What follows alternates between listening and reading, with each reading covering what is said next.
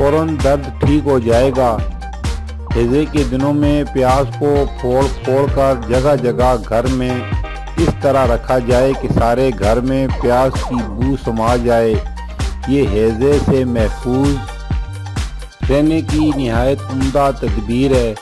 گٹھیا کے مرض میں پیاز کا پانی اور رائی کا تیل ملا کر جوڑوں پر مالش کریں، اس سے سب جوڑ کھل جائیں گے اور آرام آ جائے گا۔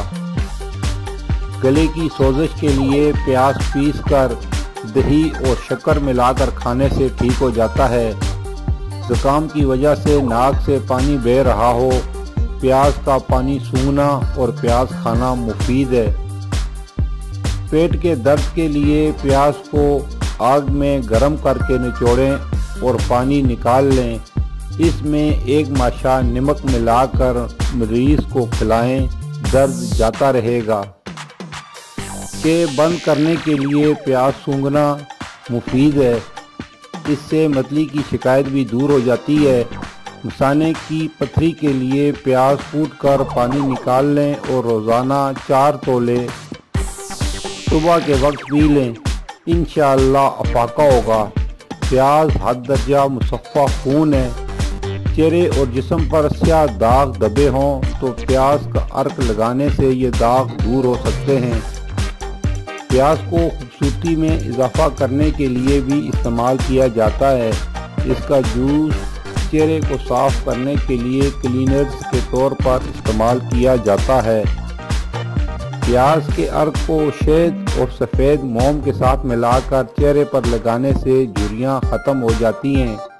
پیاز کے پانی میں شہد ملا کر آنکھوں میں ٹپکانے سے آنکھوں کے اکثر امراض سے نجات اور حفاظت رہتی ہے، جن میں نظر کی کمزوری ایک اہم مرض ہے۔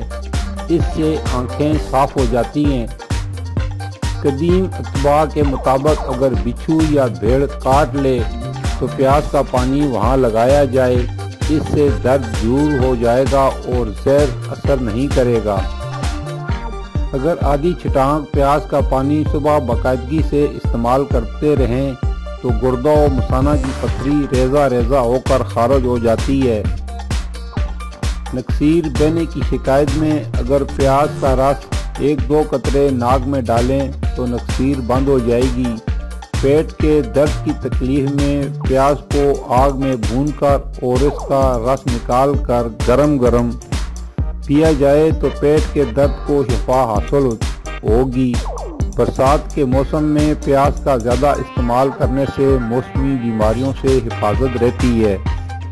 پیاز کو کسی کپڑے میں دبا کر اس کا رس نکالیں اور اس میں پیپرمنٹ کے چند قطرے ڈال کر تھوڑا سا گرم کرنے کے بعد ٹھنڈا ہونے پر پی لیں۔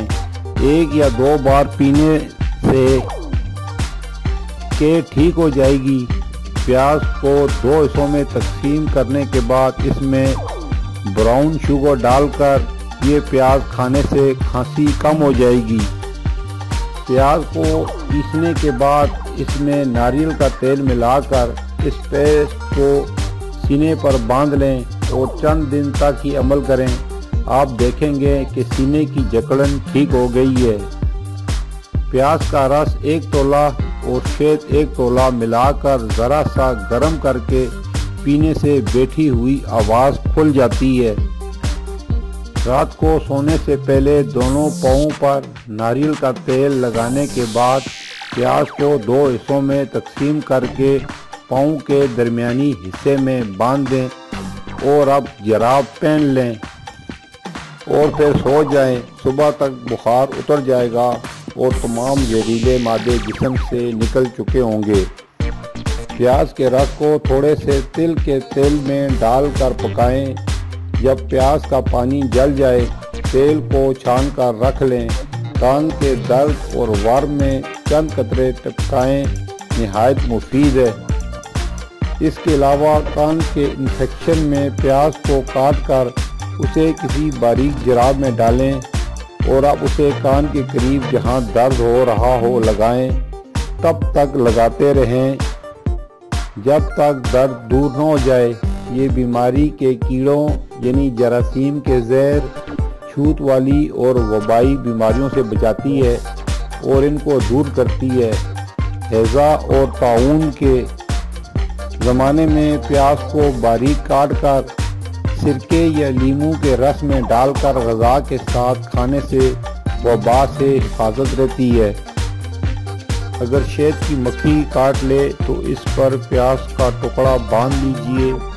گرم پانی یا آگ سے جل جانے کی صورت میں بھی یہی طریقہ اختیار کیجئے۔ اگر بچھو یا شہد کی مکھی وغیرہ کاٹ لے تو اس پر پیاز کاٹ کر یا مسل کر لگائیے اور نمک لگا کر پیاز کھلائیے۔ اگر کسی کو سانپ ڈس جائے تو اس کو پیاز کثرت سے کھلائیے، انشاءاللہ عز و جل زہر کا اثر دور ہو جائے گا۔ اگر پیاز کو پانی میں گھوٹ کر گھر میں چھڑکیں تو انشاءاللہ عز و جل سانپ بچھو وغیرہ بھاگ جائیں گے۔ پیاز کے جہاں بے پناہ فوائد ہیں وہاں پیاز کو ہمیشہ تازہ کاٹ کر استعمال کیا جائے۔ دیر کی کٹی ہوئی پیاز سخت نقصان دہ ہو جاتی ہے۔